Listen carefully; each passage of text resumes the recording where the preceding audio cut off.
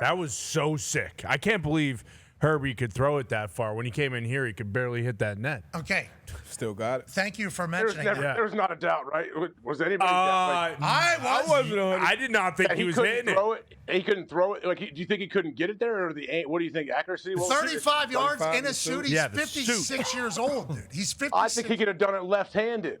The suit, dude. That's what Nick Saban said. Nick Saban, when I got back up there, he goes, I should have had him throw a lefty. And I'm like, 35 yards as a 56-year-old? That's no problem. The ball also has a plastic seal around it. You know, there's a chance that thing slips out of his hand. It has a terrible moment. Can you imagine? So just so everybody understands this, Gabby Mathis, this girl, awesome.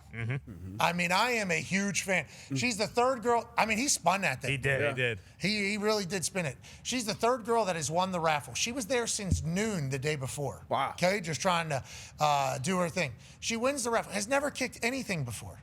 Okay, chemical engineering major or whatever it is. Has never kicked anything before. She's a senior.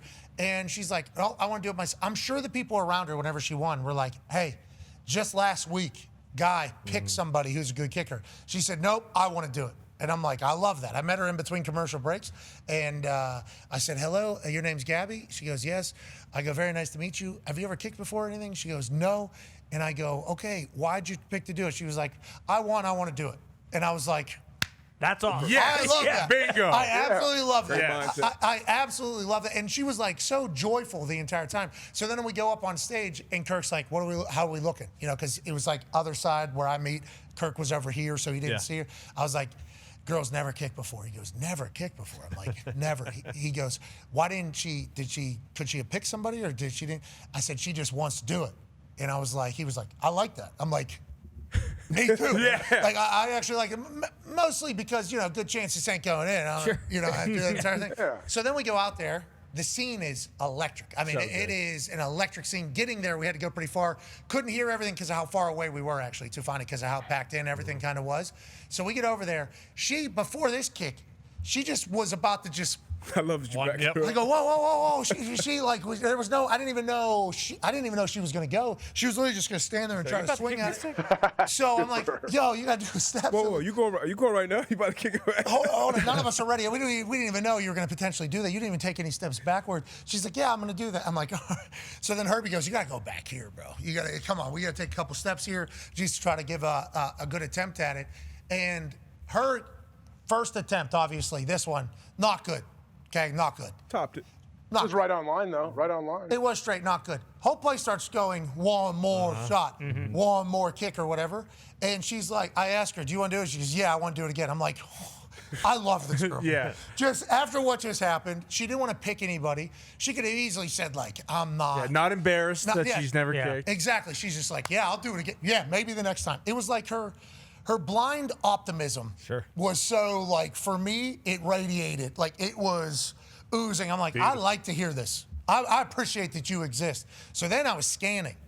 I'm like, all right, is there anybody around here that looks like they can kick? Like, that's literally what I'm doing. Scanning in there. I'm like, can we pull somebody? And then I'm like, well, we haven't. Looking around, and I look at Herbie. He's like spinning the ball in his hand, and I'm like, oh, boom. Like, in my head, you should have seen the celebration that comes about. Like, yes, you, Herbie. Especially because he's like, I'll throw in 200,000. Yeah. He's like doing the whole thing. I'm like, all right, Herbie, let's go ahead and do it. So in my head, it was not 100%er for him to make this. In a suit, not a great throwing ball. He's 56 years old. 35 yards at least this ball has to be hucked. Yeah. And he does it. Like, he could have missed that could have slipped.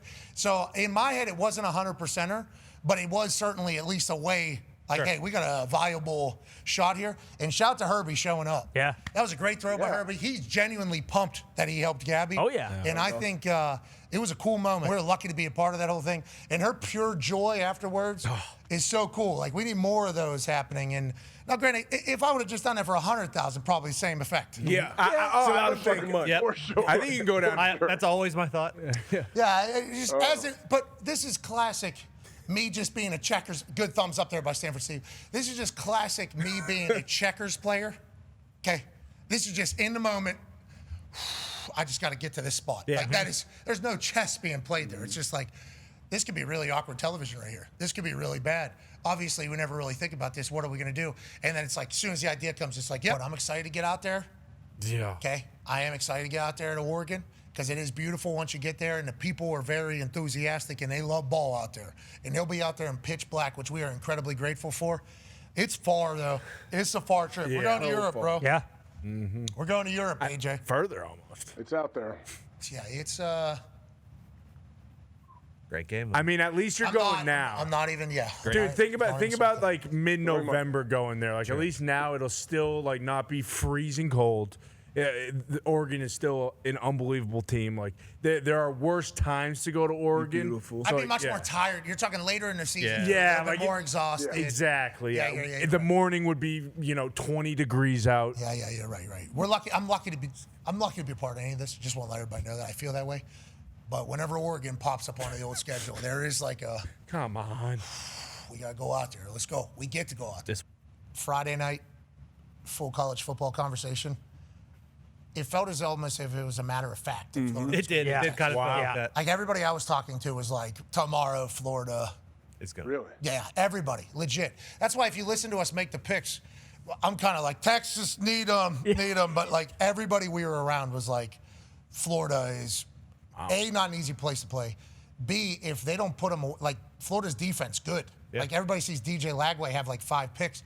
That's the defense keeps them in every game. Like Arch is going to have problems. And if Arch can't get going, is Florida going to be able to sneak through here with a win? It's like, yep, they certainly did. And now the conversation about Arch is loud, and obviously Napier's got another week to survive. It's certainly good for him. Yeah. It's like chaos, though. Penn State loses.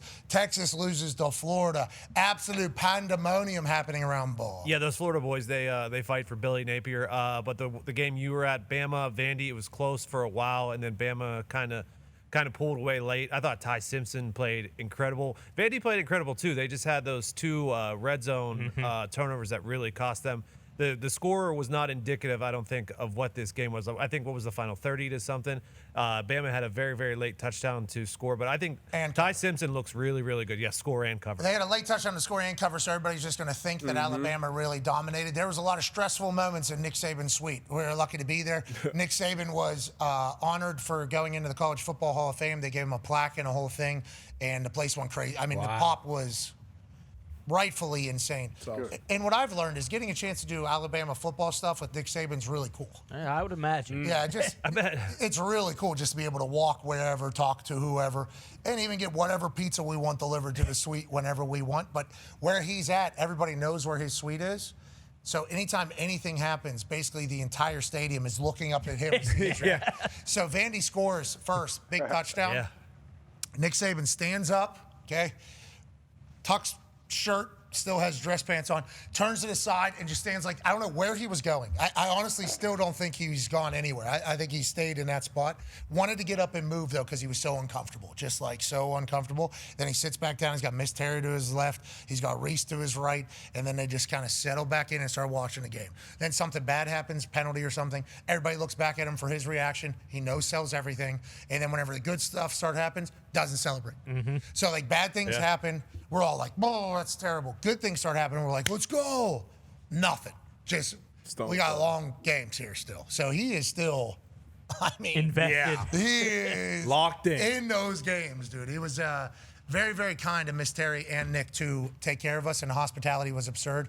But on that note about Vandy, Vandy's a good team. They are. Good ball. Vandy's a very good team. Diego's a dog. Obviously, mad respect to him and everything that they've built over there. But Bama is real. It feels like Bama is real again. They are. And then the team that is definitely real, Miami headed to Florida State. And the defense put the clamps on early. And then Malachi Toney, the freshman wide receiver, just put on an absolute show. That's not him there. That is C.J. Daniels.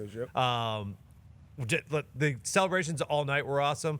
Here's an interception by Miami, and then the next 2 touchdowns were by Malachi Toney, the freshman wide receiver for Miami, and Carson Beck looked really good. They look fast, they look strong, they look explosive, they look the part. Yeah. Miami looks the part, and Malachi Toney hadn't scored a touchdown since week 1. Who gave me that stat? I think I shot you that one. That was Darius. Yeah, but I sent D-Butt. I get the Miami offense film breakdown that I'm going to do for game day. I send it over to D-Butt and AQ. Each week, I get like what my clip is going to be. I send it to D-Butt and AQ. This week felt a little bit more personal for Darius. There's a little personal stats, little personal ideas in there, and big play waiting to happen is what you called Malachi Toney, the rookie freshman over there. yeah, we all saw him week 1 against Notre Dame. They even called back probably his best touchdown play with the illegal motion or whatever it was. But yeah, he is a big play waiting to happen. He reminds me a lot of another Miami legend, our former teammate T.Y. Hilton. And whenever he gets the ball, whether it's just a quick screen or a deep ball down the field, he can make that type of play. And he does the dirty work too. He'll get in there and block. You saw on C.J. Daniels' screen that he took to the crib. 10 made a huge block. So yeah, they are a team that can win in a variety of ways. They can run the ball down your throat. They can air it out. And then on defense, with Ruben Bain and Messidor, I mean, they are just monsters. So DBs, if the DBs can show up and continue to make those plays on the back end, this team will be very, very tough to beat. Now, ideally, for Miami Hurricanes fans, we'll have Miami and we'll have Ohio State. And then they'll meet in the national championship. Get back. And then sweet Revenge. revenge, AJ. And I'm looking forward to it because Ohio State had another, monster blowout as well. But Drake Maye is approaching one of those, quarterbacks that could be elite. I don't know if he is yet. I think Jose Cuervo before this started. Sweet, spicy. But no, it just seems as though Drake Maye is on that kind of trajectory. Like Josh Allen, as unbelievable as he is, there really isn't a comparison between his second year and Drake Maye's second year. Drake Maye is very far along, it feels like already, and it's really all about this guy. I'm going to be honest. After, I don't know if you saw the after reaction to the 52-yarder, but Drake Maye pops up from the bench. He's so pumped, going nuts. He's literally going over to Vrabel to give him a hug. Yeah, right here. And you can see Drake basically just stopping his steps because Vrabel tells him, hey, still 13 seconds left. Right here.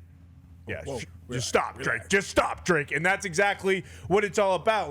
Our culture wasn't that, and now it's coming back. And for the New England Patriots, and Clyde Christensen, former quarterback coach of mine, was with Drake Maye in his final year down in North Carolina, which was actually his redshirt sophomore season at North Carolina.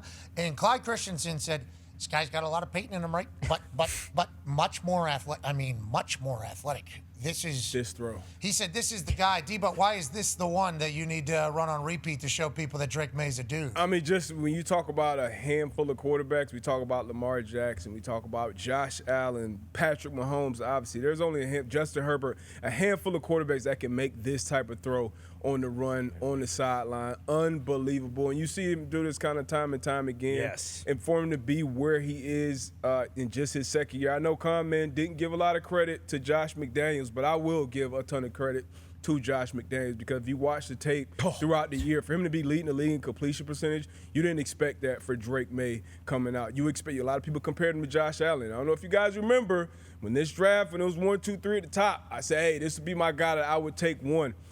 Caleb, I think he will be great. You golfed with him. Yeah, that's good. D-Bud knew. D-Bud knew. And what Clyde said. I mean, you said his family. You said the family. You like the family. I like.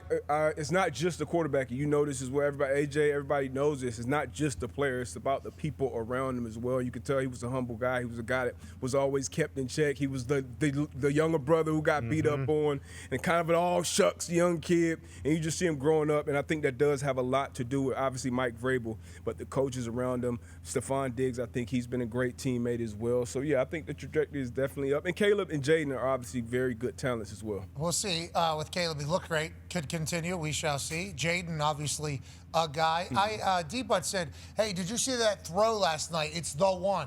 And it was 5 different throws from Drake Maye pop up in our mind. And that's this dude's making massive plays. Even last year, whenever they sucked, Connor was like, we got a quarterback. Our team stinks, but we got a quarterback. Special time for New England. Again, it feels like with Vrabes at the helm, AJ. There's another throw. They were, I believe, maybe midway, halfway through the third quarter. They're backed up, 3rd and 7. Drake Maye gets flushed from the pocket, completes the ball for a first down to Diggs on the sideline. I'm like, I think they were up by 3, maybe up 13-10 at the time, but just as far as flipping field position, keeping the ball, things like that, Drake seems to come up with those big plays. How many times do we talk about quarterbacks where you're there's going to be a couple of times, 2, 3, 4 times in this game when they need to convert a big third down conversion, and Drake seems to be on fire with those right now. Stephon Diggs becomes the first wide receiver since Julian Edelman in 2019 to have back-to-back 100-yard receiving days. Remember, there was a time where the wide receivers didn't even touch the ball in New England. Like a 6, 7, 8 straight week time where the wide receivers didn't even get the rock. And now it feels like they're special in offense. We assume defense is going to be good. Yeah, they're actually, I believe, statistically now 1, 2, or 3 as far as total yardage. James Cook has been over 100. He had less than 50 yards. And then Josh Allen, obviously, we forced him to throw an interception, which Drake made it not, and then we forced 2 fumbles. I mean, it's one of those things where, like, the team is now all out there. There's no like, lingering training camp stuff. Gonzalez is out there. Yep. And the biggest thing, I mean, you can talk about the 5-play, 74-yard touchdown drive to answer after the Bills come out at halftime and walk down the field and score. That was huge. 2 minutes left, 20-20, game on the line. What happened? We got a guy that makes a huge throw. Everybody's talking about that whole shot throw being the throw. I watched Teddy Bruschi freak out this morning. So we got a guy. In the biggest moment, hardest defense, he hits the hardest throw in a huge situation on the road. And then your kicker hits this 52-yard. That thing hits the top of the net. That just hit the net up there. Yeah, that ball, Borealis out of Miami, his older brother kicked in Miami before him. And then now he's up there in New England. He absolutely destroys that football. Outside. Dead center. Outside. Dead. I mean, you want to talk about having a clear mind. Rookie. Yeah, first time in this moment, obviously, with a massive AFC East division rival, Josh Allen, MVP on the other side. Sunday Night Football. Yeah. He's got eye black on, and he is completely clear-minded. Love everything about it. Congrats to the Patriots.